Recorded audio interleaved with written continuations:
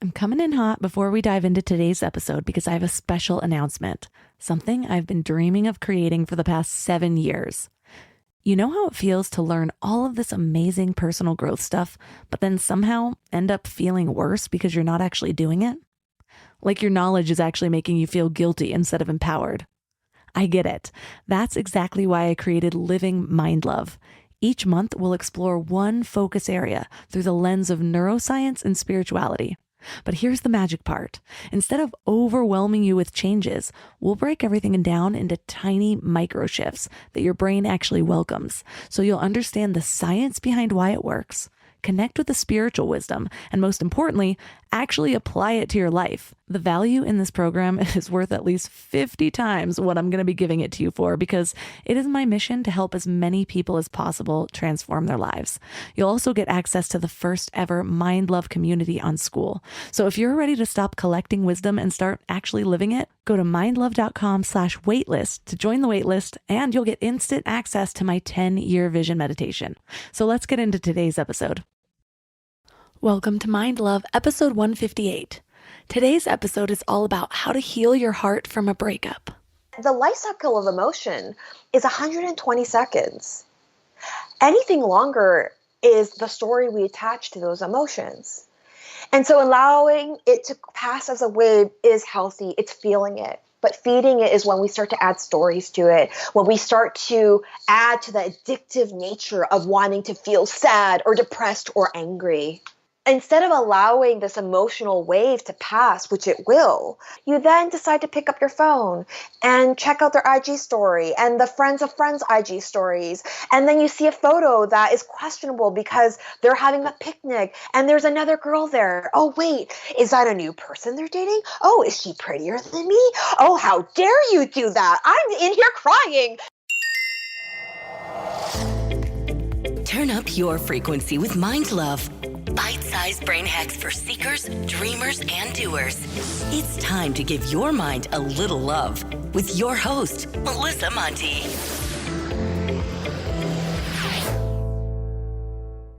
Hi, friends. First of all, if you haven't subscribed to the podcast yet, make sure to hit the subscribe button so you're always updated about new episodes. Plus, you want to know basically the best way to give back to your favorite podcasts? Actually go to the iTunes app and leave a 5-star review. Reviews are scientifically proven to make me love you more. That's just how it is. I love you when you leave me a review. You sit in my heart for days at a time. No, but seriously, they really help the growth of the show. They're probably the number one thing that you can do besides supporting my sponsors or joining the membership. So it's an easy, free way to give back to a podcast you love. And if you do leave me a review, send it to me at MindLoveMelissa on Instagram, and I'll send you a free meditation track. But now let's get to the good stuff. Why is it that breakups hurt so badly? Every relationship I had before I got married had a pretty painful breakup, sometimes excruciating. With most of them, we did that back and forth, break up, get back together waltz, and each time it became pretty clear why we broke up in the first place. I'm the type of person that when I do get that clarity, I'm just over it. Like feelings were gone and all. But there were also times that, looking back, I should have had that clarity much sooner. Regardless of the reasons, breakups usually hurt really bad. And for me, they're a unique kind of pain, sometimes cutting deeper than things that should logically be more painful. Why is that? I think it's because it's hard not to take a breakup personally. If someone just doesn't want to be with me anymore, I can take that as I'm not desirable enough. Or if someone cheats, I tend to spiral into the comparison game. What does she have that I don't? Is she prettier than me? Does she turn him on more than I do? And then the visuals start. We have a tendency to base our value on feedback from the outside world. So rejection in a relationship can feel like rejection of who we are, rather than for what it is, just simply incompatibility. Plus, breakups can feel like more than losing a partner. It can feel like you're losing your friends, your routine, the future you've been imagining, maybe your identity, and sometimes even your living space or your dog or whatever else you've shared together. I remember wondering, how did I even get here in the first place? Am I just terrible at picking men? Are they terrible at picking me? Am I doing something wrong? Or am I putting too much of myself into these relationships? And then where do I go from here? And that last part is an important question because to make things even more complicated, it can be really hard to start trusting again or to be vulnerable and let your walls down because feeling this kind of pain again is definitely not on the priority list. So how do you start pulling yourself together when you feel like a broken mess? And how do you make sure that each relationship is a stepping stone to something better rather than just repeating the same mistakes over and over again? Well, that's what we're talking about today. And our guest is Amy Chan. Amy is the founder of Renew Breakup Bootcamp, a retreat that takes a scientific and spiritual approach to healing the heart. She's also the editor-in-chief of Just My Type, an online magazine that focuses on the psychology behind love, lust, and desire. And her book, Breakup Bootcamp, The Science of Rewiring Your Heart, was just released today. So 3 key things we will learn are how the story you're attaching to your breakup makes it that much more painful, the difference between feeling your emotions and feeding them, and how to set a new standard for love. But before we dive in, do you ever wish you could start each day with a little message from your higher self? Just sign up for the Morning Mind Love for daily inspirational messages right to your inbox. I get messages from people every single day about how the Morning Mind Love is their favorite way to start their day, or that the message that came through is exactly what they needed to hear. It's kind of like your own personal inspiration oracle. Just visit mindlove.com and sign up right there on the homepage. Plus, you'll get some amazing free gifts when you do, like a free guided binaural affirmation meditation designed to rewire your brain to your highest self. And you'll get one of my favorite tools, a booklet of my personal power lists to help you gain clarity and live each day with intention. And it's all completely free. Just go to mindlove.com to sign up. Or if you're out and about, text the word morning to 33777. That's morning to 33777. And now let's welcome Amy Chan to the show. Thank you. So first, tell me a little bit about you and what inspired your newest book, because I mean, really, I guess I'm asking, what's your breakup story? Because I know it must have been a doozy if it led to, if it inspired this whole book and a life focus. Yeah, my name is Amy Chan. I'm an ex-love addict and heartbreak fanatic, and now I'm like in a much better place, but it took me a really long time and a crazy journey to get to where I am, which is today I am the founder of Renew Breakup Bootcamp. We take a scientific and spiritual approach to healing the heart. And my book, Breakup Bootcamp, has just come out with HarperCollins. That's on the science of rewiring your heart. And it really is the tried and tested tools that we've now had hundreds of women learn and apply in their lives, whether they're been newly broken up with or single.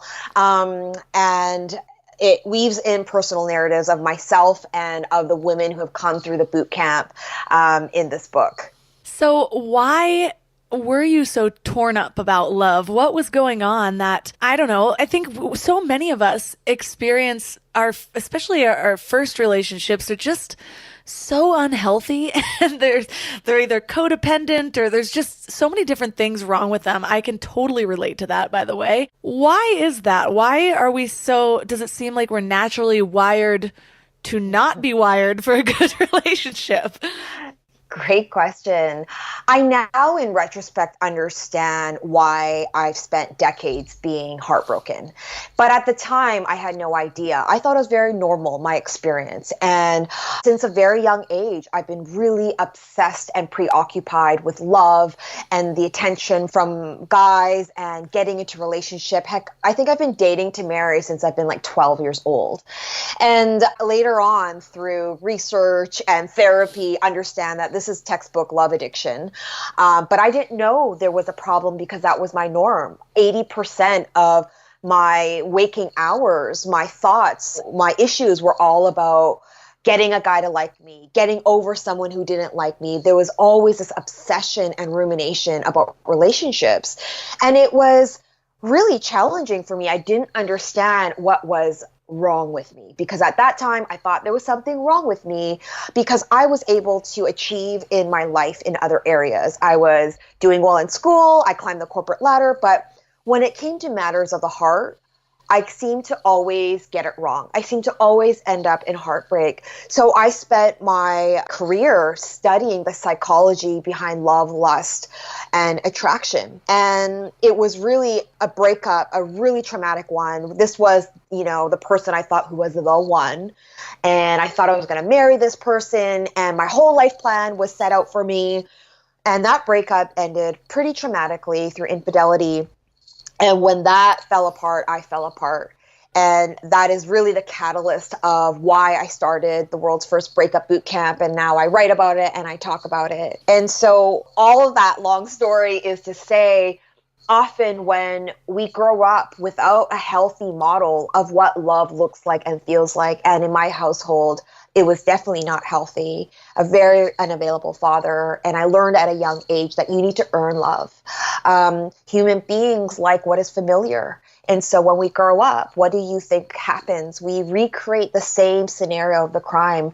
Our psyche subconsciously tries to change its ending, thinking that if we just tried hard enough, if we were just more giving, more nurturing, then maybe we would earn that love we never received when we were young. It's interesting because I've gone through a good amount of loss and different traumas in my life. It's part of why I do what I do now, because you tend to help people through the things that were hardest for you. But what I find really interesting is I can look back at a couple of my breakups, and there's something about that pain that is so much deeper. I even feel almost guilty saying this, or like a bad person for saying this, but I cried harder when I broke up with this one relationship I had that was just about a year. And it's funny because I was already planning on breaking up with him, and then I was avoiding him. I was only going over there to sleep. I just didn't really like a lot of things about him. But then he broke up with me first, and I felt so devastated. And I remember going to a yoga class to try to get over it. And I was or just to do something to get out of my house. And I was lying in Shavasana, and all of a sudden I start bawling my eyes out. And I remember laying there and thinking, this hurts more than when my dad died. And it was this moment for me where I'm like, but there's no way I cared about this person more than I cared about my dad. Why is that? And I'm wondering, why do you think that breakups tend to penetrate so deep? Yeah, great question. I think breakups can penetrate so deeply and take you to a point of such devastation, sometimes more than even grieving the loss of someone you love, like a family member. It's a different type of pain because sometimes it's a Band-Aid that's being ripped off of old wounds. And what I realized when I went through my breakup was I wasn't just mourning the end of that relationship. It was this Band-Aid that got ripped off. And there was all this compound trauma of other heartaches and wounds that I never really healed, nor did I know that I have. And that's when our brain also can go into primal panic. And research shows that when we go through a breakup and we feel that sense of rejection, it can actually really trigger a state of survival in you, as if you're going to die. Because back in the hunter-gatherer days, if you were rejected from the group, that could mean death. And so even though we've evolved and now we're living in high rises and we have, fast internet connection, our hardwire, our brains are still operating like they were back in the hunter-gatherer days. It doesn't understand that a breakup or a bad email from your boss doesn't mean you're going to die, but you're still getting this kind of reaction in the nervous system. And so I think your question on the grief felt very different from when you grieved a death versus a relationship is sometimes there's a finality to it. It's not something that you're questioning about yourself. There's nothing you're taking personally. There's something that happened and you mourn that. But when a relationship ends and someone ends it with you, then there's another flurry of not only mourning the relationship, but then you're like, did I do something? Is something wrong with me? Am I unworthy of love? And then all these other stories compound and it creates this bigger, darker, deeper thing.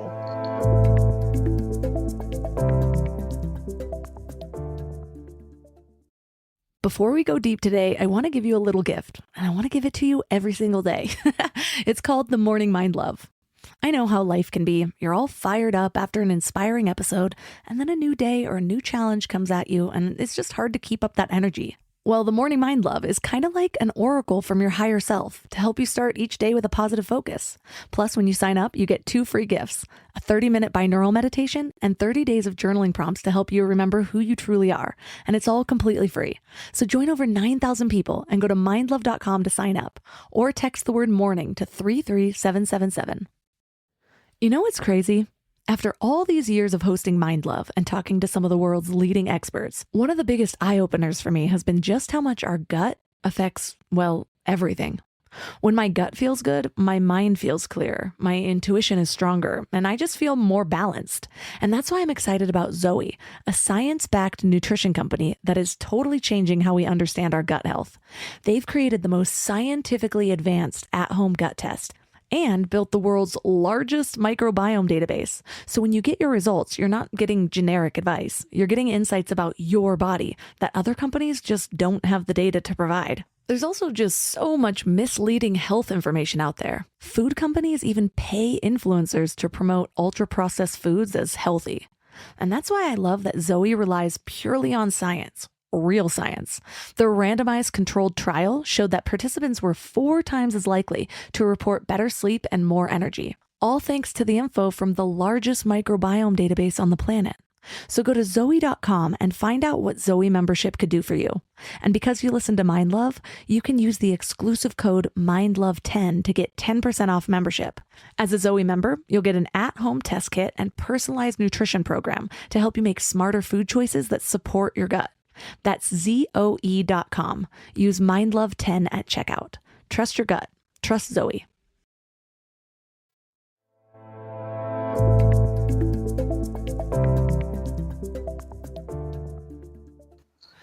That makes a lot of sense. And I think we also tend to lose parts of ourselves in relationships where we might not do that as much with other family members. Like, for example, a lot of the process in moving away from your parents and getting older is creating an identity separate from them.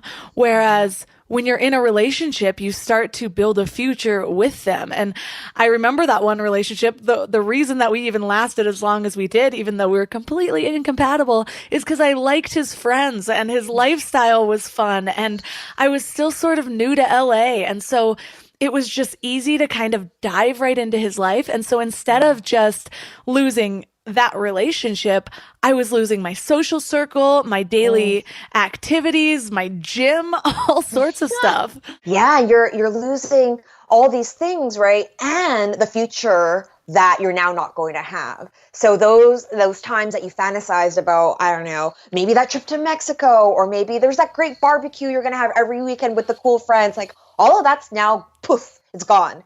And so, yeah, you're mourning so many different layers.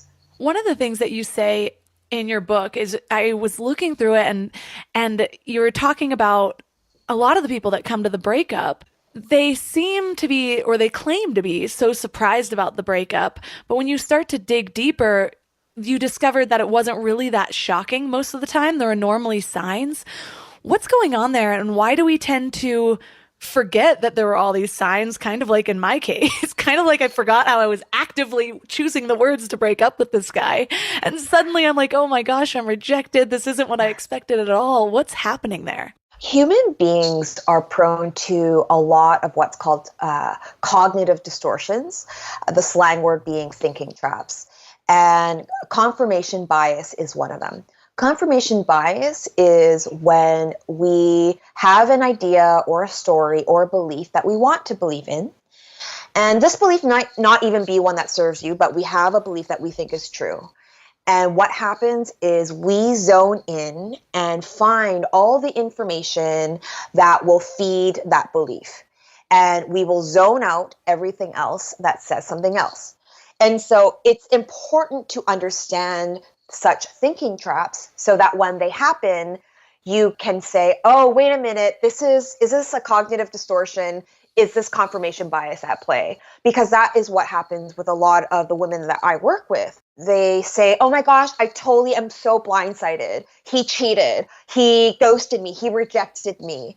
And yeah, when we peel back the layers, there were signs. There were always signs, from that gut feeling that was ignored to that anxiety that just came and you knew something was a little bit off and they were acting a bit weird, but then you rationalized it away. Or that terrible fight when your partner said some terrible toxic things to you, but then the next day love bomb you and you're like, you know what? I'm just going to stay because I can't imagine a future without this person. There are signs, but the problem is we're not looking. And when we see them, we choose to just ignore them. So say we find ourselves in that puddle on the floor, we're crying our eyes out, we're like having a really hard time moving on.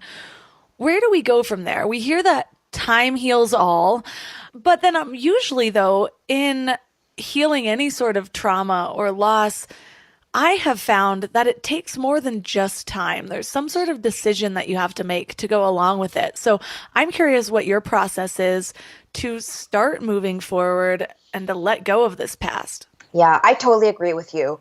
Time does not heal all wounds. Doing the work to heal the wounds heals the wounds. And this is a complicated process. It requires looking deep into the reasons why you got to a place where you felt like the rug was ripped out from underneath you, why you felt like you were completely broken. And so the intensity of the emotions will subside. And that is, after a certain period of time, what I see is usually in the 5 to 8 week mark, that emotional intensity start to minimize. And you realize like, okay, I can get out of bed again, but you might still be caught in a rumination spiral, a lot of anger or resentment. And that's also very normal. There's stages of separation that are very similar to the stages of grief. And it starts with shock, then it's denial. And this is really your body's way of actually helping you from getting too overwhelmed from this new reality without your partner. After denial comes sadness. After sadness is anger. And anger is actually a helpful stage. Anger is energy moving. This is when instead of being apathetic, you start to maybe get angry and blame either the world or your ex or even yourself. And it might seem destructive, but at least this is energy moving and it's giving you some momentum to start to set yourself up for like, okay, what can I do about this? Now, the stage that people don't really talk about is there's also a sneaky little stage called relapse. And this is very similar to denial. And this is when we go back into, well, was it that bad? Or maybe makeup sex is going to be okay, just this one time. Or you're like, it's harmless to check their social media. That's fine. Maybe I'm just going to text them. It's the COVID-19. Just say, hey, are you okay? Because do you really care if they're okay? No, you're just trying to put out a line, right? And see if they're going to catch it. And this relapse stage is where a lot of people get caught up in. And you may need to go back together and break up and, repeat the cycle a few times until you hit this tipping point and you say, enough. This is enough suffering. I cannot take it anymore. And really after that is when you get to a stage of acceptance. And acceptance doesn't mean that all is forgiven and, you're totally back and ready to go dating again. Acceptance means that you're now understanding, okay, this happened. I take accountability for my part. And now I'm going to focus my energy on what I need to do to move forward. And there is no quick and easy way out of the stages. You actually need to go through all of the stages. However, it's not linear. So you might bounce back from stage to stage, but it does always start with shock and it always ends in acceptance if you complete the cycle of the stages of separation. I can relate to that relapse stage so much. It's so funny looking back at like past relationships, and I do think that most people have the unhealthy relationships, even if they came from a good family, because they're just figuring shit out, like trying to figure out how to be a human in a relationship or to share your life with somebody. But it's funny because that one breakup I was talking about that was wasn't that intense of a relationship, but it for some reason was such an intense breakup for me. But there were so many different factors. And one of the reasons I think is because even though we weren't that compatible, it was the healthiest relationship I had had up until that time. And the relationships before that, that back and forth happened the whole time. It's like it happened until I was just over it and I wanted nothing to do with it, but I thought that's how breakups happened, like you shared such a significant part of each other's life. Like you can't just cut ties. And this relationship, that last one was like, he was just so healthy even about the breakup. He's like, well, I just think that we should have no contact at all. And to me, it kind of felt callous, but I'm like, no contact. And I remember searching for some sort of help because I just felt so devastated and alone in the city where I didn't know that many people. And so I bought a book it's called The Breakup Because It's Broken. And it recommended to have 3 months of zero contact. And so then suddenly I just tried to reframe it. And I'm like, we're not talking because he told me we're not talking. We're not talking because I'm doing 3 months of no contact. And I swear, after about 2 months, I felt so clear. And then after 3, it was like I was just completely over it. And now I always recommend to my friends, I'm like, try to just like cut off contact and get clear-headed before you make any decisions. Yeah, that's a super smart move that you did. And there is science behind why there is this kind of golden rule of no contact for, say, 3 months. And that is when you're with someone, you have neural pathways that have been wired together. And your body is used to getting hits of dopamine and oxytocin. These are the feel-good chemicals, right? Every time you hug and kiss, even when you fight and make up, you're getting these hits of dopamine. So after a separation, even on a cognitive level, you know that the relationship is over. Your body is like, what the fuck's going on? Your body is like, give me that dopamine. I want it right now. And if you're not getting it from the relationship, it's going to whisper in your ear and say, check their social media. Just check this one time. And really, that is your brain's way of trying to get that fix of dopamine. And so the only way for those neural pathways to weaken is for you to detox from the ex. Physically, emotionally, spiritually, you got to get them out of your life for a period of time so those neural pathways can prune away. That makes a lot of sense. And I actually, there's something about the neural pathways actually wiring together that's just really, really fascinating. I also think that in my mind, the ability to reframe that story of he's not cutting me off, I'm cutting him off, also felt really empowering. And I know one of the things that you talk about, there's a big quote that just stood out to me in your book because I feel like it really applies to all healing or so many other things in life outside of breakups in general. And it's that I can't change the history, but I can choose to change the story I attach to those events. So can you talk a little more about that? Yeah, I really came to that conclusion about 2 years of my breakup, the reason why I started Breakup Boot Camp. And while the emotional intensity had subsided and I was already dating other people and stuff, I still had a closed heart. I still carried around with me resentment and bitterness because he cheated on me. And there was this one time I was having a conversation, catching up with a friend who I hadn't seen since the breakup. And I was retelling that story of, oh my gosh, he did this to me. And can you believe he did that to me?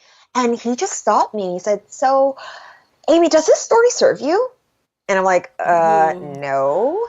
And he's like, can you tell me another time, like when he was supportive and there was love and kindness?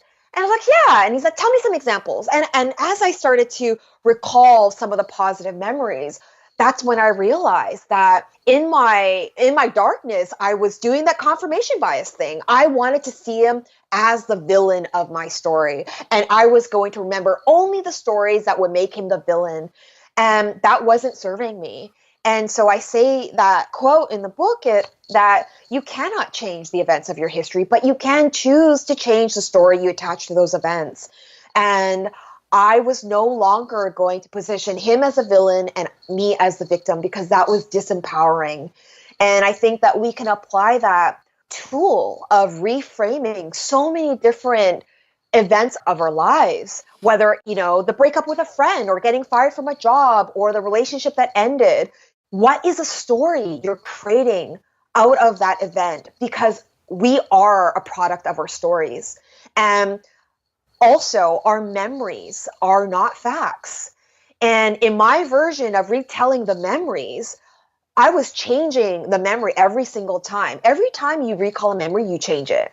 And so if I was telling that story every single time about being the victim, and what an asshole he was, every single time I was adding another layer of darkness, of anger. And that story went from person cheated on me, apologized profusely, we weren't made to be, we weren't a good fit, the facts of the story, into this full on trilogy of this terrible person that was like the devil, right? So I think we need to be so careful about these narratives that we're letting run the programming of our lives. I totally feel that because I've been there before. I've done that exact same thing. And it's tricky though, because it feels in the moment, if you don't think it all the way through, that is empowering, because it's like, I didn't do this, that person did it. I'm not taking the blame for this, but it's not really, because you're creating the belief that you're the type of person that puts up with a relationship that does all that for that long and is completely blindsided and is planning a future with a monster. You know what I mean? Yeah. So that makes a lot of sense. And did you have that experience where when you talked about it with your friends, did the friends go like, yeah, what a jerk? Or did that hate fest rally happen? Oh, yeah.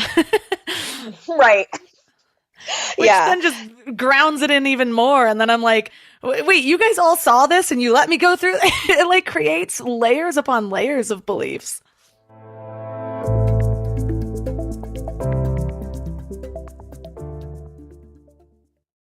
Let's talk about legacy for a minute. We're all working so hard on personal growth and building better lives and creating something meaningful. But how do we protect everything we're building? Look, I know life insurance isn't the sexiest topic, but it might be one of the most loving things you can do for your family. We kept putting it off. It's funny how things never feel like a priority until you need it, which is the total wrong way to approach life insurance. But now that we have kids, there is no way I'm taking a chance that they won't be taken care of if something happens to me. So suddenly, this was our number one priority. And SelectQuote makes it surprisingly simple. They're one of America's leading insurance brokers with nearly 40 years of experience helping over 2 million customers. What makes them different is just how personal it is. Their licensed agents take the time to understand your specific situation so that they can find you the right coverage. We're talking 15 minutes to get exactly what you need. And I love that they actually reward you for all the self-work you're doing. So if you're in good health, you could get same-day coverage for up to $5 million. No medical exam needed. And it's way more affordable than you might think. Coverage up to $1 million could cost as little as $20 per month. So get the right life insurance for you for less at selectquote.com/mindlove. Go to selectquote.com/mindlove today to get started. That's selectquote.com/mindlove. This episode is brought to you by Shopify. Upgrade your business with Shopify, home of the #1 checkout on the planet. Shop Pay boosts conversions up to 50%, meaning fewer carts going abandoned and more sales going cha-ching. So if you're into growing your business, get a commerce platform that's ready to sell wherever your customers are. Visit shopify.com to upgrade your selling today.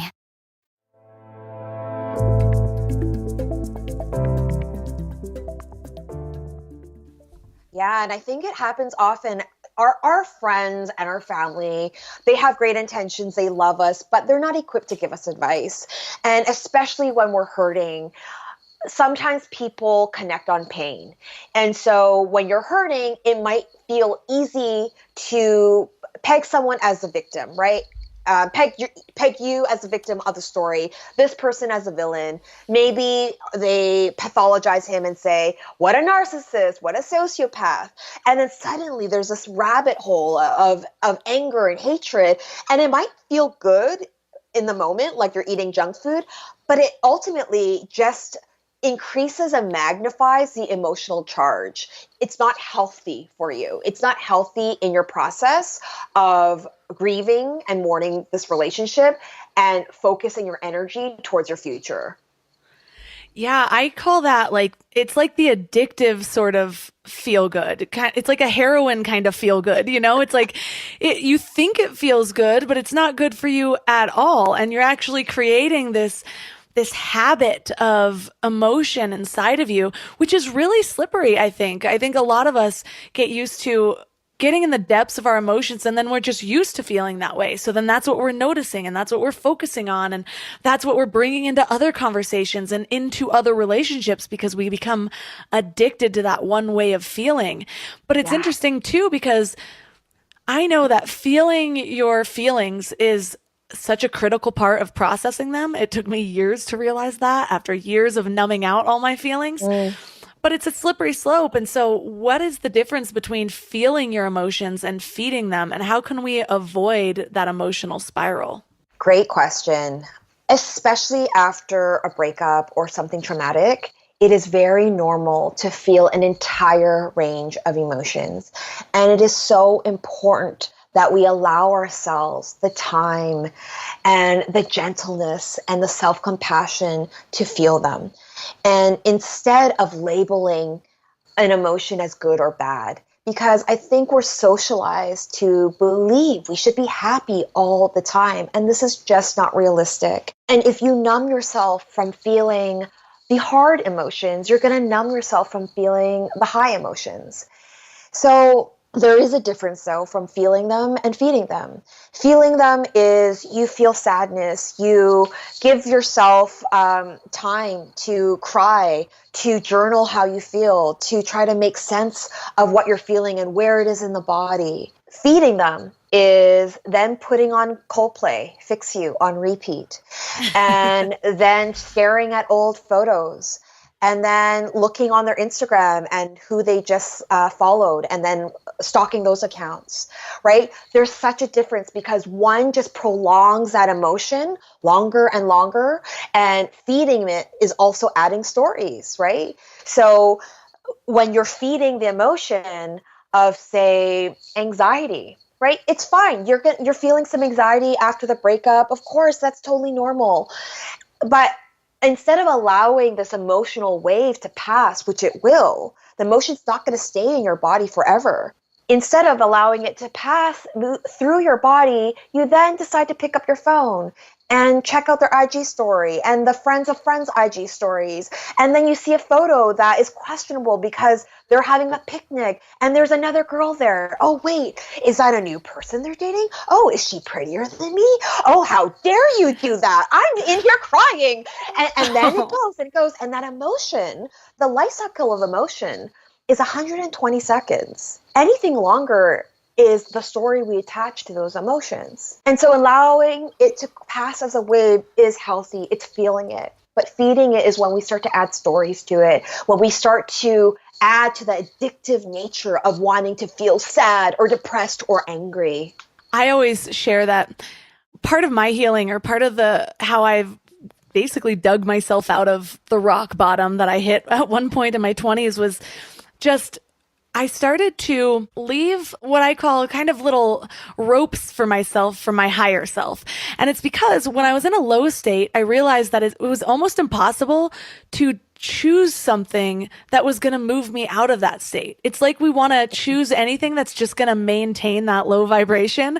And so when I was feeling good, I would write these lists of like, okay, well, a walk makes me feel really good. Calling this friend makes me feel really good. Call this friend in this situation.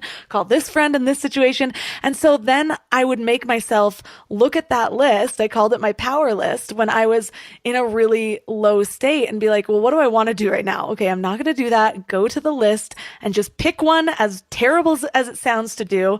And I would find that when I did it, I'd actually feel better. But it's just so interesting how we do tend to want to feed that feeling inside of ourselves. And it really goes to show how so much of the breakups or the relationship problems, we want to blame it on the relationship or on the other person. But I think at the core, it goes back to our own inner work, the significance or the meaning that we placed on that relationship, whether or not we decided to put our full life purpose within that container of the relationship. And so much of it is just about stop thinking about the breakup or the person or what you did wrong there and start to think, how can I rebuild myself? Or who was I when I went into that relationship? And what allowed me to become this crumble of a mess at the end of it? And how can I just be stronger for the next one? So I'm curious, how do you go about that process of really figuring out even why it happened in the first place based on your own inner self? Yeah, you've raised many great points. And one of them is often we're asking the wrong question after a breakup. And you said it beautifully. We are focusing on the other person and what they did instead of looking at, wait, how did I get to this position? When someone tells me, I feel like the rug has been ripped out from underneath me, I'm completely broken. And hey, I used to say this too. And I would say, like, I would blame and I would point my fingers. And after enough falling down and getting back up, I noticed that the common denominator was my patterns. And I think people need to have that aha moment where they say, wait a minute, there's a trend happening here. There's a pattern. And that creates that curiosity to start digging. It's hard to teach someone that life force energy to want to go within and reflect. And that's why I actually interview people before they even come to the Breakup Bootcamp retreat, because not everyone's ready to go.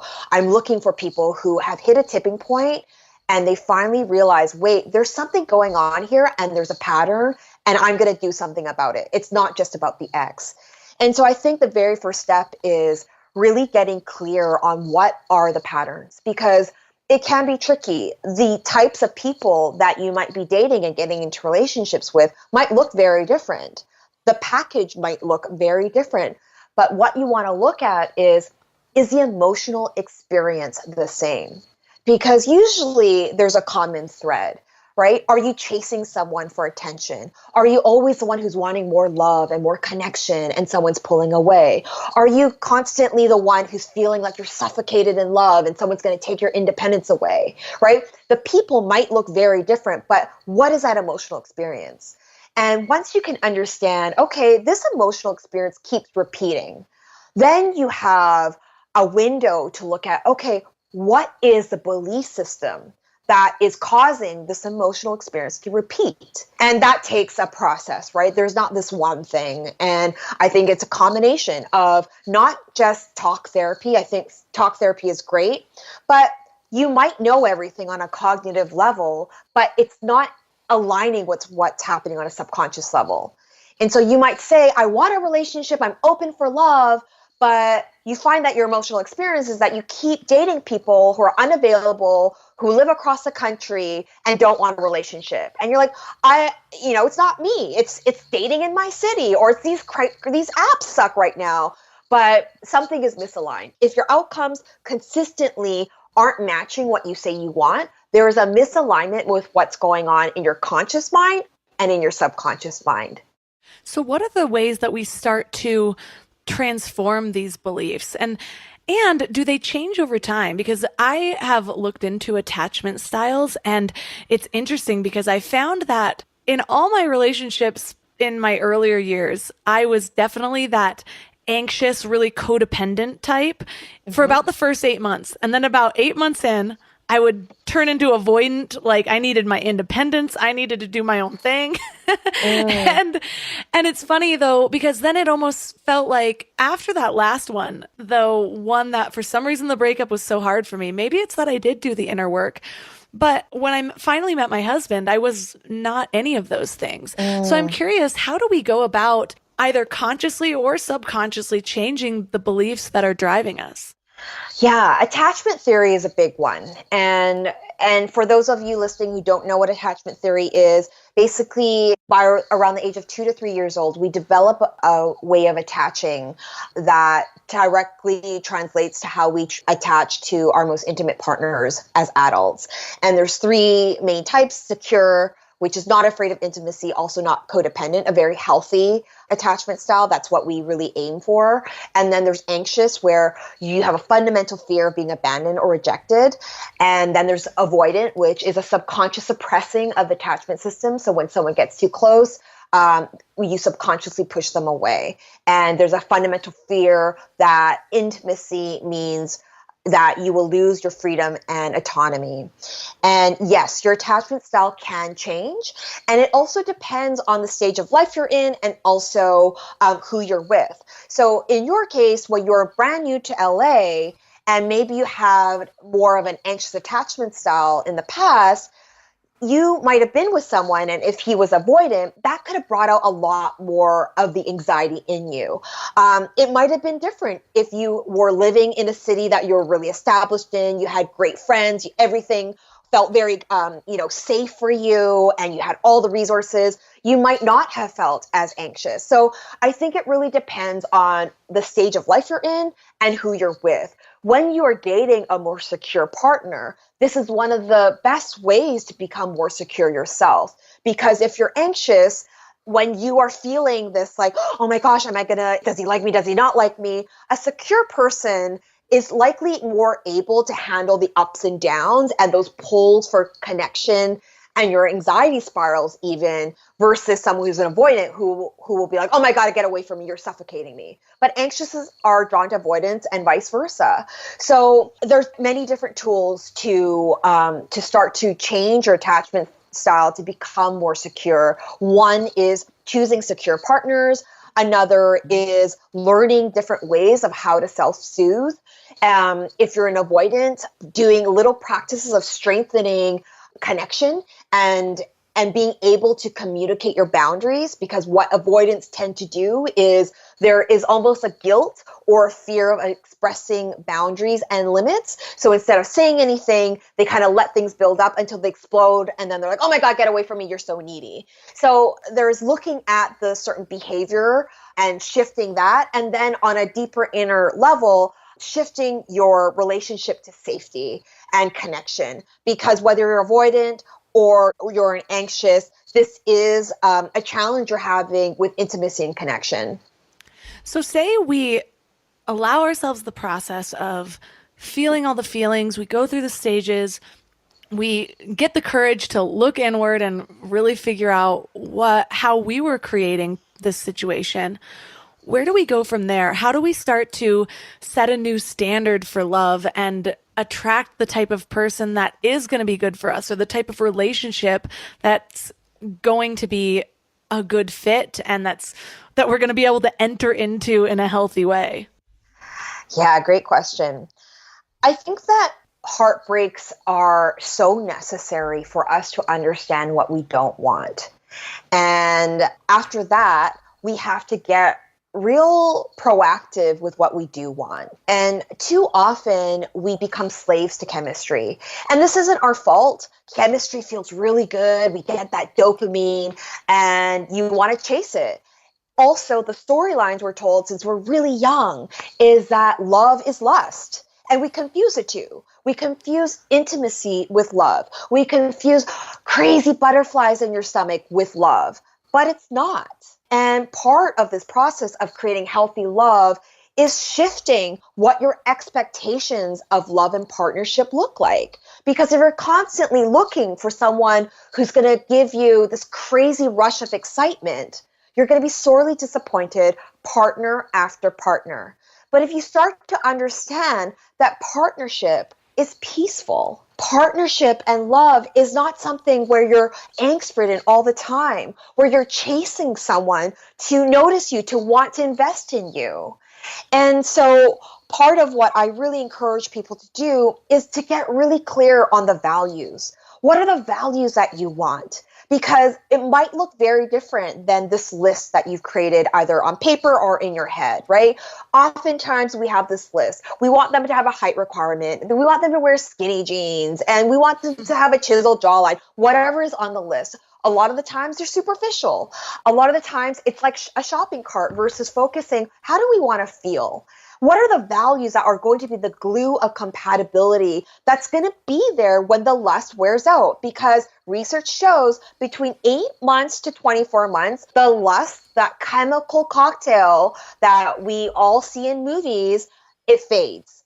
And what are you left with then? It's compatibility. And so get clear, what are the top values to you? What are your top 10 values?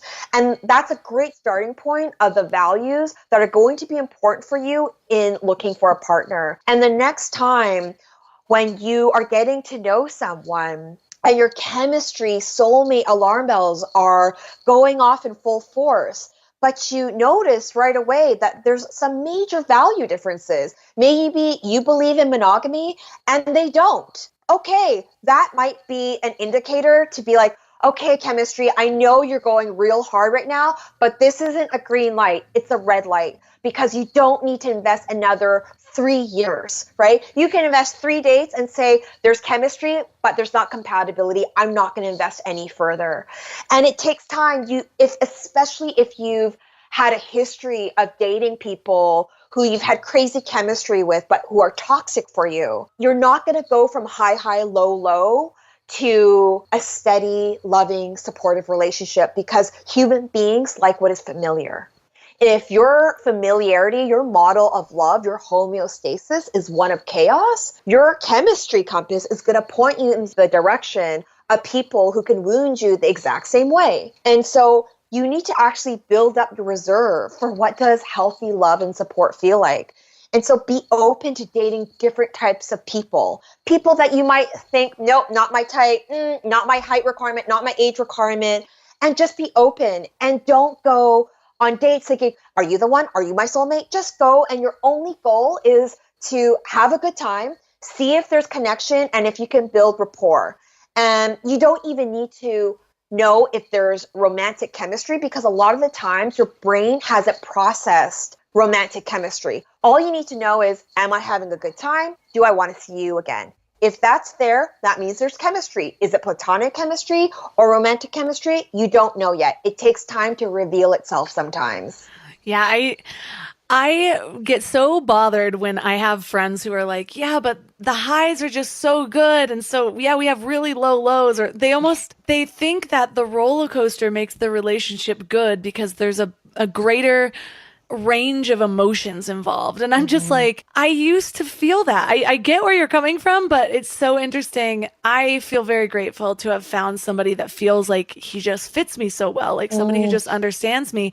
And one thing I attribute to it, I did definitely think he was cute when I first met him, but we were both trying to just be friends because we met through another friend. We didn't want to muddle the friendship circle, but we ended up hanging out like every day for 10 days straight or something like that. And then we just couldn't deny that there was something there. And wow, we didn't have the whole, like, there was nothing in the relationship about like, well, should we be together? Should we not? It was just like, then we were, and neither of us had ever wanted to get married, and it changed our views on that. We never wanted kids. It changed our views on that. And so I just want my friends to find that so bad, or to understand that there is something else out there. It might not look exactly the same, but if you are in pain as much as you are happy or even more, then it's probably not that great of a relationship. You can probably find somebody who's not going to have you on like this addictive emotional roller coaster for the rest of your life. Yeah, I totally agree. And the hard thing is when you don't know any different experience, you think that's the norm, right? And it's amazing that you are in this secure, loving, supportive relationship. And I'm, finally in a really secure and loving partnership as well. But I didn't know that this existed. I thought that it should be high and low, and maybe that's part of the mystery. And now I realize, like, wow, that was not love at all. Now I'm like, okay, my relationship, I know he loves me. I know he's got my back, and maybe you can call that boring, but there's a knowing, like it's in my body. It's not a cognitive thing. I just know. I feel secure in it. And so my mind isn't just running and spinning of like, does he like me? Does he not love me? Is he going to leave me? And I could spend my time creating things. Yeah, I was just telling a friend, because she was going through a breakup, it's like, I know relationships take work, but it shouldn't be work to stay in it. It should be work to figure out how to be the best partners for each other. And so I find that that's another thing where people justify that. They hear, well, relationships take work. And I'm like, but not like just to be in it, like not like breaking up and getting back together or wondering if he likes you or he's playing games now and now you're playing games. Like that isn't the type of work you should be looking for. It should be like, okay, well, now how do we come together to communicate better? How can we build our futures based on our own values? How can we have our independence while also nurturing this relationship? Like that's the type of work that I see relationships taking rather than the whole like, oh my gosh, this just feels so hard the whole time. Yeah, yeah. That sounds like a really healthy, you have a very healthy understanding of what love and partnership is. It sounds like you two have really learned how to communicate and work through conflict together. Yeah. I mean, that's why I'm just always so grateful for just the person that I brought into my life. But I do think that it was a reflection of the work that I had been doing before that. And so for anybody out there listening, thinking, well, I'm looking for the relationship to save me, that's not how you fix your life. And that's something that I had to learn pretty intensely because that's why half my relationships were toxic. I was looking for somebody to sweep me out of my life and just right into theirs, and then wondering why I felt broken and incomplete. And I just never felt empowered in my own life. And so then by the time I met my husband, I wasn't looking for a relationship. I felt complete and whole, and this was just a good addition. So for listeners out there that are interested in learning more about you and your breakup boot camp process, where's the best place for them to connect with you online? Yeah, you can check out renewbreakupbootcamp.com, and you can follow me on Instagram at Miss Amy Chan. And my book, Breakup Bootcamp, The Science of Rewiring Your Heart, is out in bookstores and online. All of the links from this episode will be at mindlove.com/158. So today your challenge is dependent on where you are in the process. If you've recently gone through a breakup, start by just checking in with how you feel. And maybe take a moment over the next week to do an honest assessment of how you showed up in the relationship. The more you play the blame game or replay all the past events over and over again, the more you're just giving your power away to the past. Instead, ask yourself who you were when you went into the relationship, who you were when you were in the relationship, who you are coming out of it, and who you want to be moving forward. And then put all that aside and start to think about your future. What do you want to call in? What is the perfect man for you? And don't think about that ex. Start to lay out the characteristics of the person that you think would be an ideal fit in your life. Not all the superficial things like the chiseled jawline and the rock hard abs, although those are a plus. And not the type of person that you feel like is going to be the most impressive to your friends or to your family or on paper. Write down the type of person that will make you feel most like yourself. A lot of people feel the pressure to show up as the perfect version of themselves. But guess what? You are the perfect version of yourself. You just need to express yourself as such. So for me, I need a man who's going to let me be silly, who's going to embrace my emotions and allow me to express them and be there for me when I need him to. I need someone who wants to be active like I do, who has a bit of the entrepreneurial spirit, or at least knows how to support me in mine. I wanted a man who knew how to treat women and who had a sense of humor. Those were the things that were really important to me. And when I got clear on them, actually, it's more like when I got clear on who I was and started showing up in the world as that version of me, that's when I attracted my perfect person. So even more important than outlining your ideal partner is outlining exactly how you want to show up in the world and then matching your partner to that. And it's a process. Don't think you need to have it perfect right away. This is something that you continue to learn about yourself every single day, through every relationship, through every friendship, through every life experience. And through this process, just keep reminding yourself that you are already perfect and worthy and beautiful. If this episode was helpful for you, please share it, whether you take a screenshot and tag it on Instagram at MindLoveMelissa and MindLovePodcast, or you can just press that little share button and send it straight to a friend who you think could use it most. Both of those ways are really great ways to share the podcast. And if you really want to help out, leave a 5-star review in Apple Podcasts. It's the best way to help the growth of the show. It really does help more than you know. So just those few minutes can entirely make my day and make you my official favorite person.